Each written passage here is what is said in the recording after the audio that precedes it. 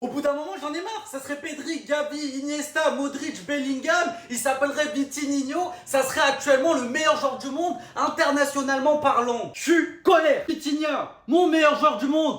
Le meilleur joueur du monde. Arrêtez de banaliser ses performances. À titre informatif, son match face au Bayer Leverkusen est juste exceptionnel. Vous aimez les stats, non? 127 passes, 125 réussies, 98,4% de passes réussies dans un match à 90 minutes et il a marqué un but en plus. Passe décisif. Il est partout.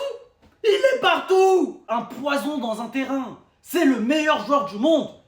On est qu'au début de saison et j'ai pas peur de le dire. Viti Ballon d'Or. Et je vous ai pas convaincu? Première mi-temps, 100% de passes réussites, 45 sur 45. 100% de passes longues réussites, 2 sur 2. 100% de duels remportés. Une passe clé. Meilleur milieu de terrain du monde.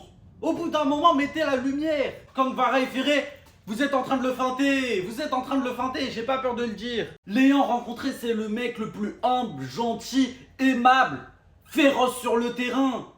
Même sa célébration, elle est mignonne. Qu'est-ce que tu veux de plus? Monte dans le train Vitinha comme moi depuis le début, depuis qu'il est arrivé au PSG. Je l'appelais Verco Vitinha parce que j'avais vu du Verratti, mais il est plus fort que Verratti. C'est bon, je le dis. Abonne-toi, ouais. Je partage à ton pote, toi aussi.